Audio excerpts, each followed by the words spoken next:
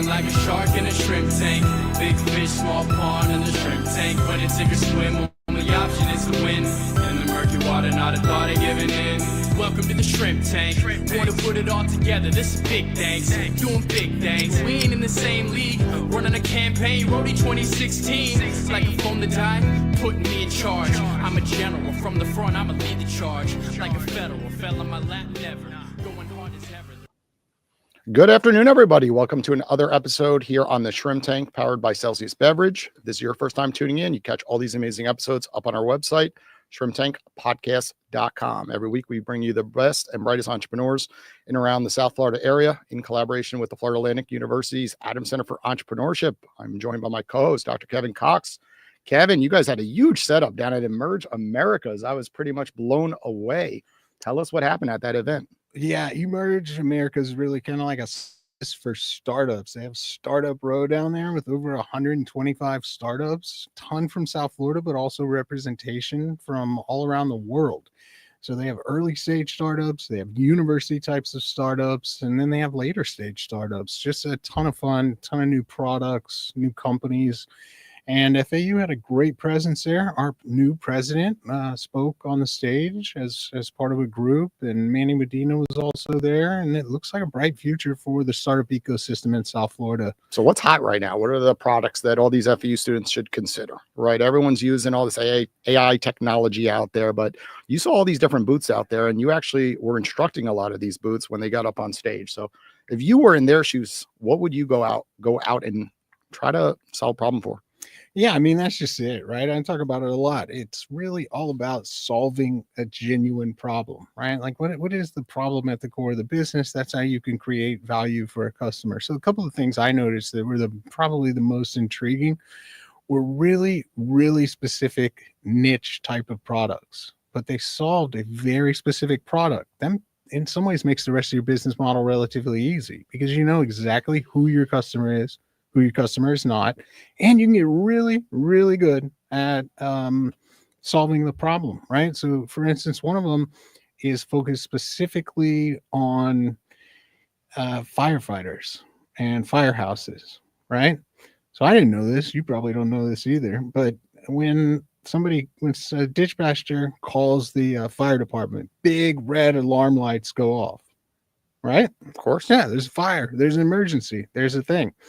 This company invented a thing called Ease Alert, which is a little bit less aggressive, more sensitive. It still works, but the rates of heart attack amongst firemen are highly correlated and much more likely to happen during or right after that alert that they use. Wow. This system is designed to not do that. Then I saw another organization that focused on NGOs and cell phone hardware security. And these are for operators in other countries and journalists who have a high likelihood of getting arrested and getting their phone searched. It was a really creative solution that just basically wipes your phone if you needed to, or has a fake phone behind your real phone. Very cool stuff. Very specific though. No, but that all makes a lot of sense. It's, everyone goes very broad often and then they fail. But when you really go down into the niches, you could find a solution for a major problem out there and then penetrate that market by marketing, of course, to them. And it's easier to have your brand become successful. And we're going to start with Marlon today on the Shrimp Tank. Yeah, what's going on in the studio? We are packed. This is the first time we had 5 people, on mics. So Marlon, why don't you do us the honors? You've been in the Shrimp Tank in the past.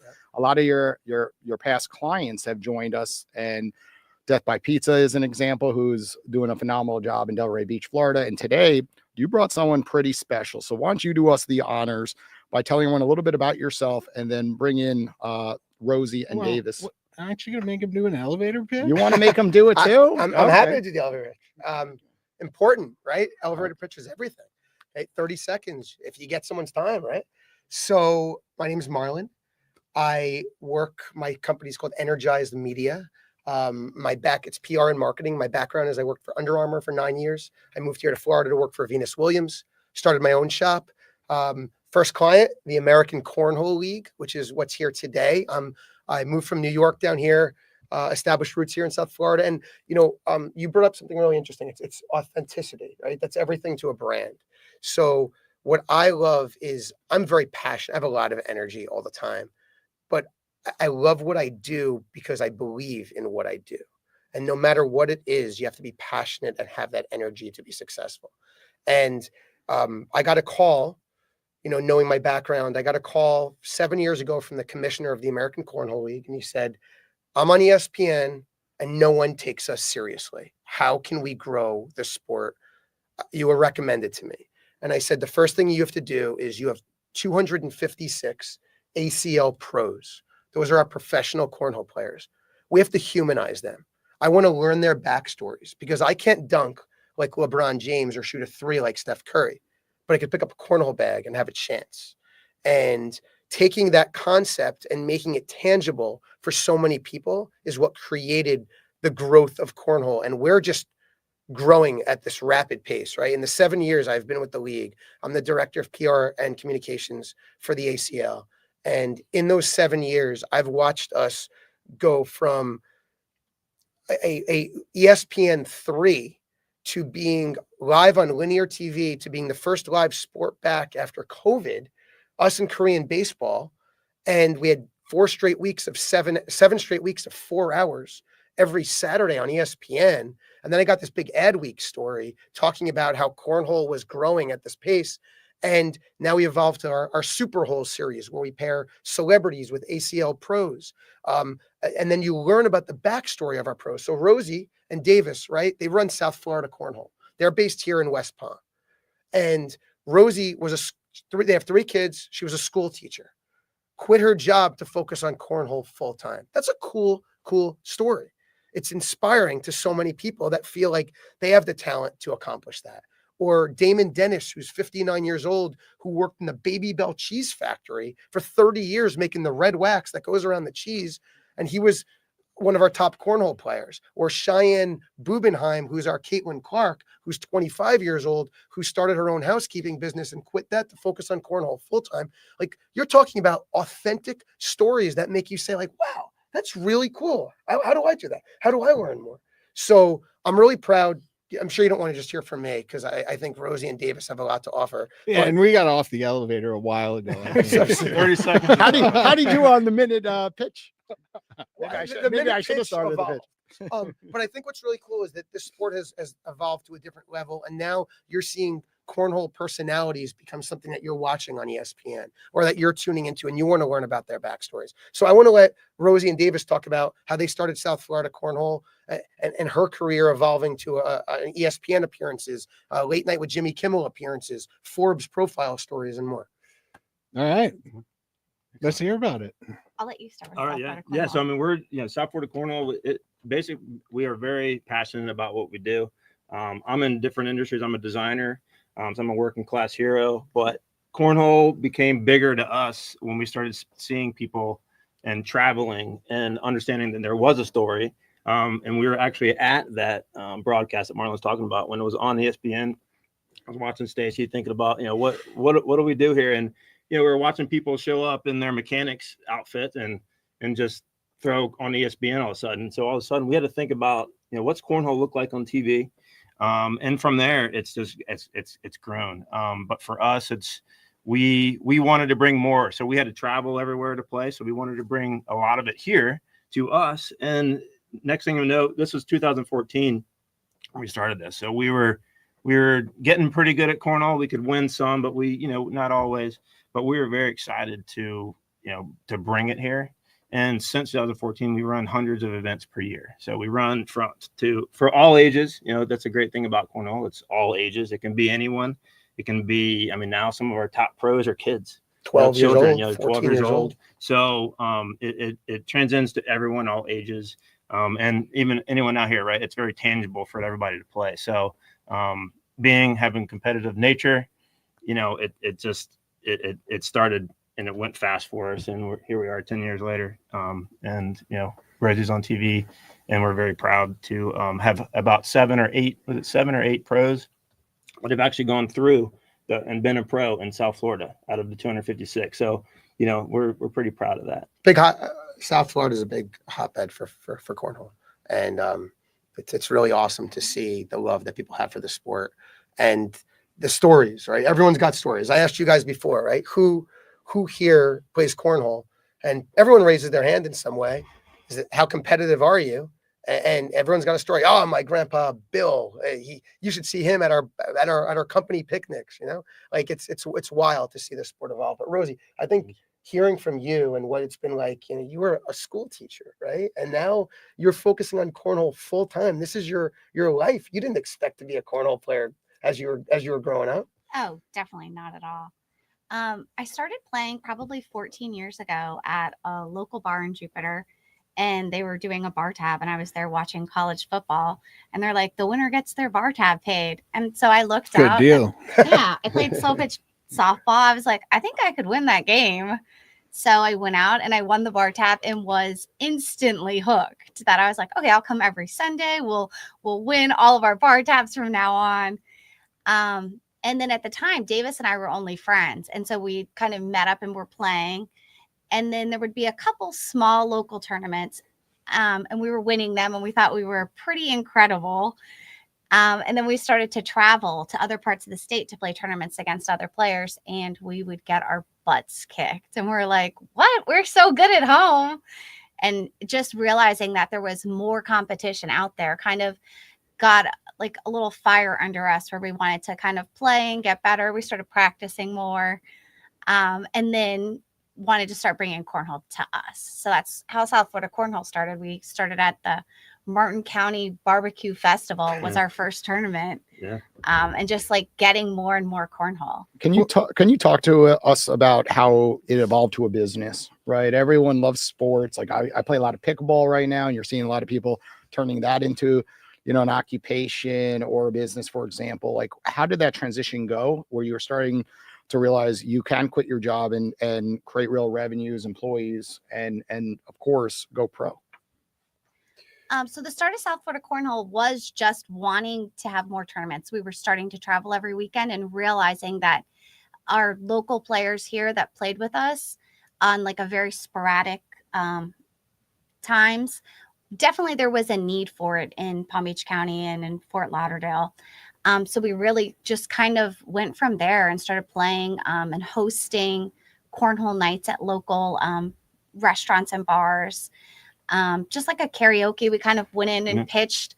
The very beginning, a lot of people were like, so you want to pay us to come? And we're like, no, we're kind of like a band. Like you would pay us. Yeah. We're going to bring people to you. Yeah, I was about to ask, how do you make money? Yeah, let's kind of get into the business of South Florida Cornhole specifically. Is it structured as a nonprofit? Is it revenue generating? Is it for profit? What does the business look like today, just as a business? Yeah, I mean, it's for profit. It's, you know, we, as Rosie was saying, we wanted to bring cornhole and make it legit. You know, we had seen some bigger organizations. We'd seen some other areas run cornhole, and besides just the entertainment factor, it was, well, you know, we're South Florida, so we have many places that this could just implement into. So restaurants, we started running, people started hiring us, being a part of these events, saying, I've got a company where I have an employee outing, or I have a team building, or I have a huge networking conference. And so, you know, I had a little bit of equipment, and then I tried to get, you know, each time I got hired for something bigger, I bought more. But what I wanted to make sure that people knew that we're running this, you know, running for profit, but it's something that we love. So we're trying to give you a professional experience that we have experienced. And so that it isn't just your backyard, because we wanted it to feel different. We wanted it to be different. And from there, you just define that a tad more when you say different? Because I think about, you know, going to TJ Maxx, I grab two like I spend $100-200. I throw it in my backyard. I invite a bunch of friends over in the backyard, and we're playing. Right. And we're drinking a Corona. Right. But in this case, it's not like that. Right. It's more like we're at Emerge Americas. Right. And you take a whole section over, and I get bored a little bit, and I migrate over to the cornhole section. And I get excited what's on the expo floor, it sounds like. Well, so it's interesting because cornhole's portable, right? It's the only sport that's portable. So when you hear these companies asking, how can we put together these company events, or athletes saying, I want to do charity events, or Davis has done some stuff for the Marlins, for the Dolphins, for the Jets, that have reached out and said, hey, we want to do a team building experience. and it's growing rapidly from there. Absolutely. Yeah, absolutely. And the part of it that make it different is just making sure that we aren't playing on toys, right? Okay. So you can go and get golf clubs at Walmart and get of course. we've got into pickleball a little bit, and I don't know the difference yet between the paddles, but we I know there is, a and she difference. told me to slow down to make sure that I didn't get into it too much, but it's more like that. And, it's an experience, and Davis did an incredible job because we had traveled so much and we had experienced other people's events. And I could tell that he really talked about and was very passionate about what went really well at their tournaments that he knew he wanted to bring back. And I should have seen the wheels turning in the beginning that we would be starting South Florida Cornhole. But just kind of going from there and making sure that each person had an incredible experience. And we see it as a journey. I see it as a journey. So if anything, I can go and flip quarters and be the best at it in the world, and you can create some sort of league. But I wanted it to be, I wanted to see that everyone could have a journey, very tangible journey. I mean, I was a pro for a few years, and Rosie has been a pro ever since she has been at that level. And so, and talk about, I guess, Marlon and Rosie, about being a pro, right? What are like the ranges? I think people are curious, like how much do people approximately make in professional sports? And of course, this is one of the fastest growing sports in the world. So can you just explain how fast it's growing compared to other sports that we see on television? Sure. What's really awesome about this sport is that anybody can play it, like Davis said. So ESPN looks at us as evergreen content. So we aired 184 times last year across ESPN platforms. And those are not middle of the night broadcasts. You're talking about prime time. Our celebrity events, we did an event in Mesa, Arizona, and the theme that I created for that one was 4 female Olympians. So I had Natalie Coughlin, Kim Glass, Sonia Richards-Ross, and Tamika Catchings. So 4 very well-known Olympic athletes. That was our highest rated celebrity show. And especially when you look at the world of women's sports becoming more and more prevalent and getting the attention that they deserve, to see ESPN say, wow, I have 4 athletes that star in their own right. And that's the whole point of our celebrity series, right? Because everybody, you're a movie star, or you're an actor, or you're a musician, or you're an athlete. You're super talented. You're putting in all that work, all that effort. Rosie's practicing hours upon hours a day. And, it's a chance to showcase our superstars against these professional athletes that are getting the attention every single day just because they play in a top 4 sport. But it's showcasing how good our talent really is. And the fact that, we're driven by sponsorships, right? So we have brands come on. Johnsonville sponsored us for 6 years. And during an interview I had set up for Bloomberg TV, Johnsonville said, the CMO said, that we were the best ROI in all of sports. Because in cornhole, you see the board 90% of the time. When you look at other sports, maybe they flash something on the digital signage. Maybe you get, if you're hockey, the puck goes in the corner, and maybe you see your brand sign for, a split second. For cornhole, it's consistent, being able to get that top camera that's overlooking the board, and brands love that attention. And we talked before about authentic. Everything that we do in business has to be authentic to the consumer. So, all of our brands are truly authentic to the cornhole experience, the Camping Worlds, the Bush's Baked Beans, right? The Miller's Ale Houses of the world. Like, they're all naturally part of the cornhole conversation. And then in terms of, and I'll let Rosie speak to this, but in terms of the prize money, wow, Rosie, I mean, to be able to quit her job and focus on cornhole full time. How many ESPN broadcasts have you been on and won? Not to put you on the spot here. I think I've been on TV and competition over 30 times. Yeah, I'd say at least, yeah. And some of those are multiple times per, so that's just one appearance, yeah. Yeah, let's talk a little bit more about the industry structure, and then let's talk about those prize dollars and the revenue associated with the sport. Obviously, there's a ton of great and unique branding opportunity there, right?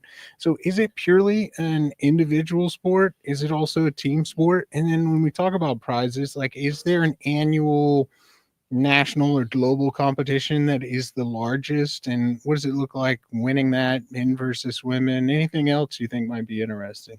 Sure. So we have a handful of different series, right? We Okay. have our men's, our women's, we have our pro series, and then we have our team series that we started about 2 years ago, which is more of like a team type of format with captains and a draft. But what's really interesting about the cornhole opportunities are Rosie has individual sponsors. So there's some South Florida sponsors, and she's walked around with Davis, you know, and the grassroots, right? Like, hey, here's some backstory on who I am. Here's some video content of who I am, and here are my sponsors. And then Bush's obviously is sponsored, title sponsor of a jersey. So every cornhole player has to wear that jersey, but they have a chance to work in their own sponsors. From an endemic standpoint, bags are a big partner here. And Okay. Rosie, you could speak more to that, like. Yeah. So your bag sponsors generally the bags that you're going to throw when you sign a contract and you're committing to throw them. You're going to pick the bags you like the best that work the best for you. I've been super fortunate. I've been with BG Bags for the last 5 years, and they're an incredible bag to throw and a great company and great people. That's what's really kind of amazing about cornhole. Everyone in the cornhole community is pretty amazing. We kind of call it our cornhole family. Yeah, the sense of community is pretty impressive. You know, we're going to be this weekend coming up. We're in Fort Lauderdale at the convention center. We have ESPN broadcasts on Saturday and Sunday. People can come down and have a chance to actually play against the pros, throw bags. It's a pretty unique experience. You walk in and you have 175 sets of boards. You've never seen anything like it. And you hear the thumping of the bag hitting the board. It's like it's like the sound of like the sweet spot on a baseball hitting that. Like that's like our sound. What's really interesting is our women's division and our women, like, you know, Cheyenne Bubenheim is our Caitlin Clark, right? She's the best female cornhole player in cornhole, and Rosie's right up there as well on a point system, right? But Cheyenne has created this attention, like, would you say 24 women, right? We have 24 women, I would 32. think. We're at 32, right? So you have 32 women pros, and then there's 256 ACL pros, right? So women's are starting to grow more and more into it, and women can actually earn more money than men playing, right? So in terms of the allotment and prize money, there's a ton of opportunity. And for instance, if you guys felt that you had the talent and the time and you wanted to learn, you're going to go out there and you will become hooked, because it's very, very, very addicting. But more so when you see that it doesn't matter how old you are, or it doesn't matter the shape that you're in, you have a chance to really pick up bags and take on this sport. We have a woman who is a paralegal in Texas, and she's Deb Odom, late 60s, and she played horseshoes growing up, and then she hurt her shoulder playing horseshoes, so she took up cornhole, and she's become one of our top winning female cornhole players. So you're telling me Kevin's got a chance? Is that what we're saying? Kevin, you got a chance. Kevin, you got a chance. I Is don't it? know if I've got Cornhole's your sport. I've Let's got the go. time, you know. Are you going to give up your class right now and give up and focus on cornhole? No, I'm Come having on. too much fun around here. So I want to circle back just to when you mentioned the teams, the team structure. You mentioned that people have captains and they pick teams. So it sounds like there aren't any team owners yet. And I'm wondering if you see a future opportunity for teams, because I know from a colleague of mine who, I don't know, 10 years ago or something, he was early into pickleball. And one of his friends said, hey, you know what you should do? You should buy a team. And I think he was thinking about buying a team for like $90,000 or something. And he was like, why am I going to have a pickleball team? That's crazy. And that same team has been sold a few times and was recently sold the last time for $3.2 million. And he is mad about it. So what's going on the team side? Is there an ownership structure? Is it a team only like for a certain competition and they're not fixed teams? And what do you see the future for the league in terms of teams? So the teams is newer within the sport, but it's pretty incredible. fourth year of it. There's 16 teams and they're across the country. I am on the Kentucky Colonels. Each year you can get drafted onto a new team. Our captain is one of our local players, Justin Rule, who we've played with since he was 11. That is why I'm now on a Kentucky team. But it's incredible. It's a lot of fun. Within the teams, you have 2 different singles matches. You have a doubles match, and then you have tandem doubles, which means you're going to play and then walk like down together as you would in a singles match. And then the part that I'm playing on this weekend is crew, which is 4 players. So 2 on each side, and you each get to throw 2 bags. The team aspect as a player makes it incredibly fun because you're rooting on each other and supporting players that are the same within your pro division that you're going to go play against when you're doing your regular doubles or singles. I know that when they had started the teams there was some discussion around owners and stuff. I could definitely see it going. Sounds like there's a ton of opportunity there, right? You getting drafted once a year, like you could have a lot of drama with some free agency, with some longer term contracts, with some things tied to sponsorship. For sure. And this, the sponsorship component is like we said before on the cornhole front, it's a really amazing opportunity for brands because you are engaging with consumers. Like, you know, you think about NASCAR and you think about the fire suits and 32 different logos that are plastered all over, and you don't know who's represented by who. But, you know, we keep a pretty tight roster of sponsors because we feel that the sponsors appreciate that and see the value for their brand on a long-term basis, right? What's your number one sponsor you haven't gotten yet? Is there a brand out there that really it would just be such an obvious fit? The beer category. I'm surprisingly enough, we have not been able to lock down a beer sponsor because people can drink while they're playing cornhole, and they drink in concealed cups, right? And they could brand those cups with so many. We've had Mike's Hard Lemonade sponsored us for a handful of years. So that makes sense to me. I was going to say, have you seen the beer stocks recently? There may be a reason for that, and it's these people. They're not drinking beer anymore, by and large. So maybe us. And some of those brands own seltzers and own all kinds of different things. But yeah, I think that's an obvious selection. But we are seeing some social changes in terms of demand for those types of alcohol. So that may be driving it, as well as driving down some of those companies' performance. Yeah, dry January has become for the full year, right? People are working out more. Maybe so there's maybe some non-alcoholic brands that could be a fit. But from an exposure perspective, I have never seen, and I worked with Under Armour for a long time. I've never seen brands get more exposure than they have with cornhole in a unique way. So why aren't they joining forces with you guys? Like, what has been their pushback? Because I think that's important for everybody to kind of hear. We're all business owners and we think, oh my God, this is obvious. They're going to be a great partner. Like everyone when I went to University of Delaware, I played cornhole and I had a Bud Light or Budweiser in my hand or some bad beverage like Natty Ice, for example, right, that I could afford. But like, it's in all of us, beer and cornhole. So like what's preventing them from jumping on you guys? I think a lot of these companies have invested major dollars in the NFL or some of the larger sports that they feel is true to their audience. And I don't think that they have had an opportunity to digest exactly what cornhole can provide for them, right? Partnering with the ACL is unlike any other partnership. We control everything that goes into the ESPN broadcast. So that's on-air billboard reads, commercials, digital signage, to be able to customize those opportunities as opposed to, you know, a brand that says, hey, I want to go sponsor the Miami Heat. And they say, well, all right, here's what you get for this dollar amount. And then you're like, well, that's it. You know, the opportunities on the cornhole front are so tremendous and they sustain. We had I used the Johnsonville reference before, but we did a July 4th broadcast after the Nathan's hot dog eating contest about 5 years ago.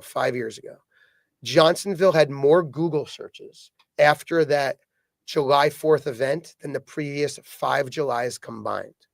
Yeah, right? That's really interesting. It goes back to what we kicked off the show with to some extent. And I think you're absolutely right. And sometimes PR and advertising in the most traditional sense can lag a little bit behind, in my opinion. And what they probably perceive is that they want the affiliation with the quote unquote premium sports. So the premium sports, that'd probably be considered the big four, even though I don't know why they're counting baseball, but the big four, right, being basketball, football, hockey, baseball. And you can that throw has- NASCAR or yeah, UFC into that, right? for specific brands, certainly, right? But they have broad appeal, but what they're missing though is the niche and the differentiation. And you look at digital and you look at online advertising, none of it is broad appeal because it's highly ineffective and very hard to track ROI. That's why I wanted to mention, that's a great example that you can track the tournament directly to the Google searches, and I would bet to click-throughs and subsequently to sales, which is what the purpose is of all the marketing and advertising in the first place. Yeah, and we've seen some interesting components, right? So one, I remember backyard.com, which is owned by the parent company of Bed Bath & Beyond, so Overstock and Camping World. It's all under the same umbrella. So backyard.com first launched, and they looked at us and said, hey, the ACL is a perfect partner. And they saw so much traffic to their website from our initial broadcasts.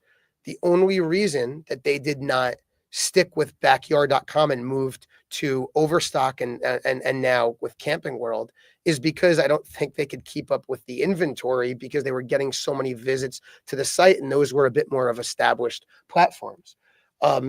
Because the cornhole love is real.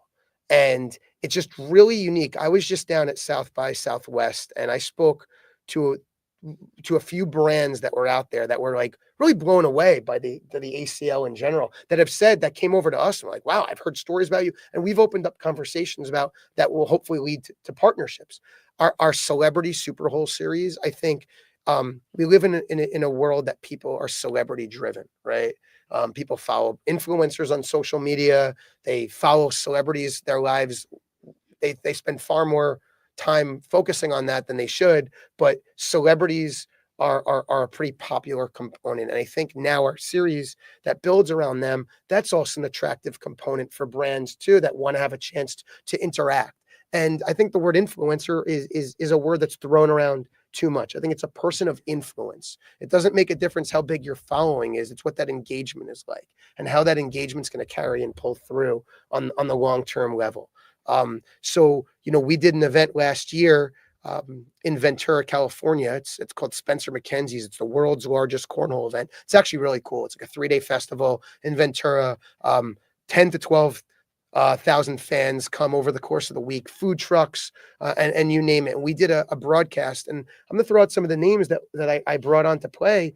And people were like, wow, we had Shamar Moore and Kendall Toole, the former Peloton instructor, and Harry Jowsey and Adam W. and Hannah Stocking, and personalities that really resonate, that have these large followings that were like, wow, this is super cool. How can I engage with the sport? And then they come back to us and they say like, wow, I had such a great time. I want to do a charity event. And it leads back to a business perspective, right? There's a football player on the Denver Broncos, Alex Singleton. He's very, very, very involved in the Special Olympics. His sister is involved. So he's become really a face for Special Olympics. And he had such a great time playing in our event that he said, I want to run. I don't want to do a golf event. That's 4 to 5 hours of my day. And if people don't golf, they don't want to participate in something like that. I want to do a cornhole event that's built around the Special Olympics, and all tickets that we sell, it's going to be going back to the Special Olympics. That's really cool because people have such a great experience with us that they want to carry that through to their everyday. I'm not surprised about an NFL player. It's been widely rumored that some of the probably the most expensive prize pools ever given out for cornhole have been in NFL locker rooms, though they certainly wouldn't bet on that kind of stuff or anything like that being players, but it's been talked about. You want to take a couple questions, Yeah, Jason? let's do it. We have a whole class of FEU students here. So if you have a question for anyone on the panel, come on up like we always do. And this is, of course, powered by Celsius. So you get your option on what type of drink that you would like to take home with you. So come on, students. Anyone who wants to come on, here we go. Erica's back. Hi. On the entrepreneurial side of things, creating the South Florida Cornhole League, what did that look like? Because I can't imagine how you would start to create something like that. Yeah, I mean, I think ultimately when I realized that, from a small venue to large community events to large charities that wanted to work with us, it needed to be more structured. It needed, a presentation. They needed to know that there was a face behind it, that there were, two people behind it that are in the sport as advocates. So, that was the real reasoning. It was almost kind of like, even for me, I was like, I need to make this something. I can't just keep showing up here and putting some boards down, because that would happen. So once I did that, opened it up to, having a lot more meetings. And then once we'd start running events, we get 3 or 4, private events or, corporate events or team building outings out of it. And from there, exponentially, most of our private events actually, again, are annuals, right? So we repeat with them. We have some that we travel to. We just did one in Aspen, Colorado for an amazing company. So that's kind of how it kind of kicked off. Okay, that makes sense. Yeah. Thank you. It's a great question, and something I get from students in my office a fair amount of the time, being a little bit younger and less experienced. Sorry. The truth is, right? David's made a great point. You want to be professional. You want to make it official, right? You want to have a logo. You want to have a presentation. But the simple answer so many times is just start, right? Do those professional things, sometimes even the minimum, and just start. Put the word out, and then maybe only 6 or 8 people come to the first event and it's unpaid.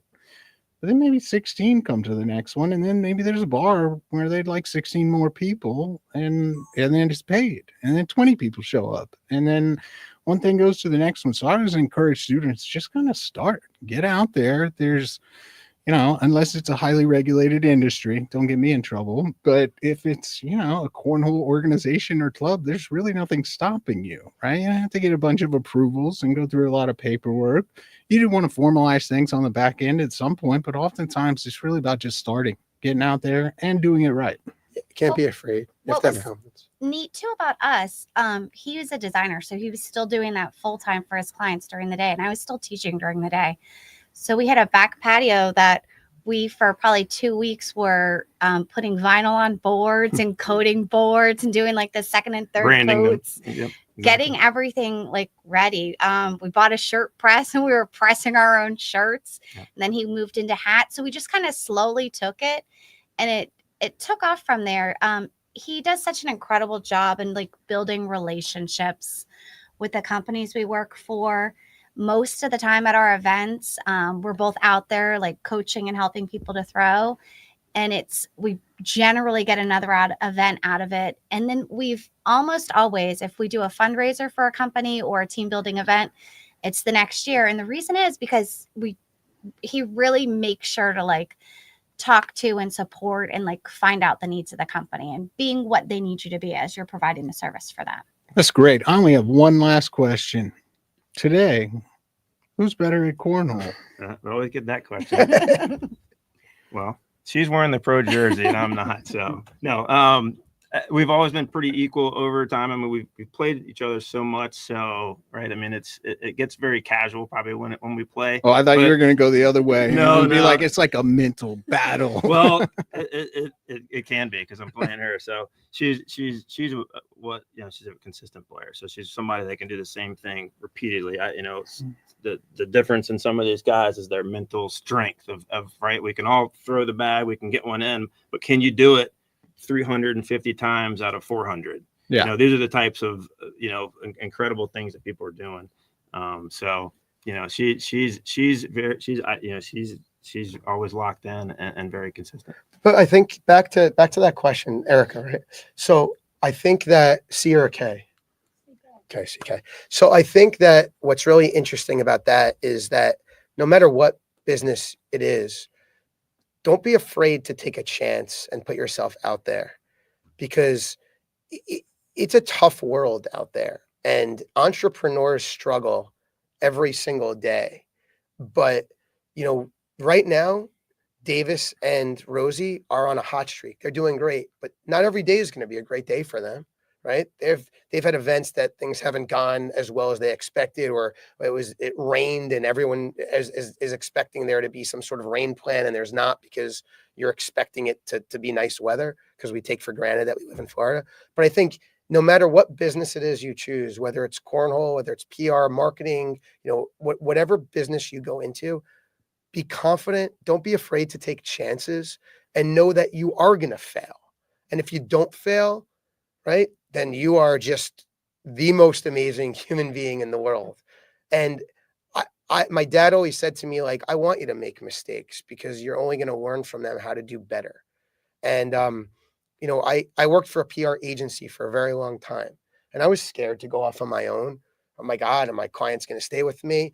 But you do good work, and you hustle, and you show that passion, and you show that energy, and you're going to be successful no matter what it is that you choose in life. But those intangibles, you can't teach those intangibles. You either have that fire in your belly where you say, I'm going to make sure I make myself stand out more than anybody else. Remember, that's an opportunity for you to brand yourself. And like, I'm 44. I didn't have any social media when I first started out. Now you have this opportunity to market yourself in ways that I didn't have growing up. But clients that I've gotten through hard work and passion is because I do good work because I care. And I think that's also really important, the caring, letting people see that you really are going to do the best that you can every single day. Because there's a lot of people that don't want to put in the effort. Sadly, like, a lot of students don't want to put in that effort, right? We live in a world right now where... Well, not my students, not Kevin's. But we live in a world right now where a lot of students don't envision how difficult it is to make it in this industry, right? And it's hard. It's got to put that effort in, and don't be afraid.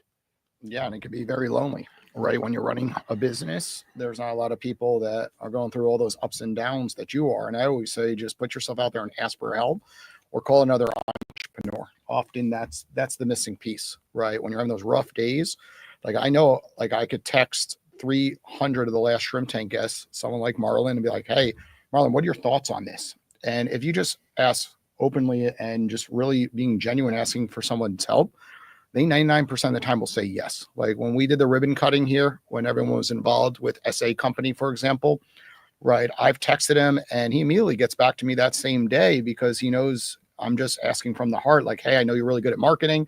I'm running this app Owl, and these are some of the hurdles we're running into. What are your thoughts?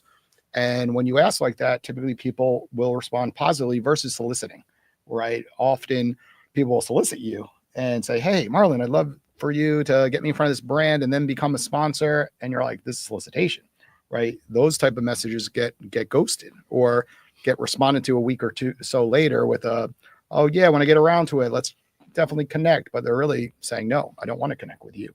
So I think it's really important to be authentic with what he's saying, and just always being honest with people. If you can't accomplish something, just say, hey, look, that's a little above my head. I don't really understand what you're asking for, and asking the right people for help, which is the whole purpose of Owl, of course. Owl's a platform where people could find mentors, find careers, find internships. And we're seeing a lot of the students at FEU evolve into utilizing Owl for these type of opportunities. So I welcome all the students, of course, to call everyone here on the panel through Owl. They're all going to be on the app next couple of weeks. And I guess my last final question, Marlon, is the event this weekend, right? How much does it cost to get in? If I want to go there and bring my kids there for some fun, for example, and a lot of the students here may want to join as well. It's free. You guys should come out, even if you bring your friends, because you will be hooked. I'm telling you, you will be hooked. It's a really unique experience. The cornhole community is really special, and you're going to see people of all ages, and you're going to be like, hey, I can do this. And then you realize, wow, I made one in. All right, I got to do this again. Oh my God, he made that shot. How do I get that shot? Right. And you can learn from people like Davis and Rosie and from our other pros. The cornhole community, I know it sounds repetitive, but it's a very special and unique place. And you can go to iplaycornhole.com to learn more about us. But take a look, Fort Lauderdale Convention Center, throughout this whole weekend. So, Jason, come down, bring your family. And it's an amateur event as well. So we do have all of our top pros. Is one of the biggest events for the pros. It's the start of their the big tour, and amateurs. Can we put a prize pool on me versus Kevin, and Kevin has to come as well? I like that. And then you guys, put something out there. Who will be the winner? Who do you guys think, me or Kevin? That's a tough one. You're wearing You a talk- jacket, so I can't see those biceps. But If it's based on that, I'll win. I don't know that it is though. I hear a little bit of background over here from your Oh, college he's days. taking me. I know he's Yeah. sponsored by Natty Light. I think that was you said. All right, the podcast is over. Okay. Well, thanks for joining us here on the Shrimp Tank. For everybody listening, we'll be back next Wednesday right around 1 o'clock. Take care, everybody.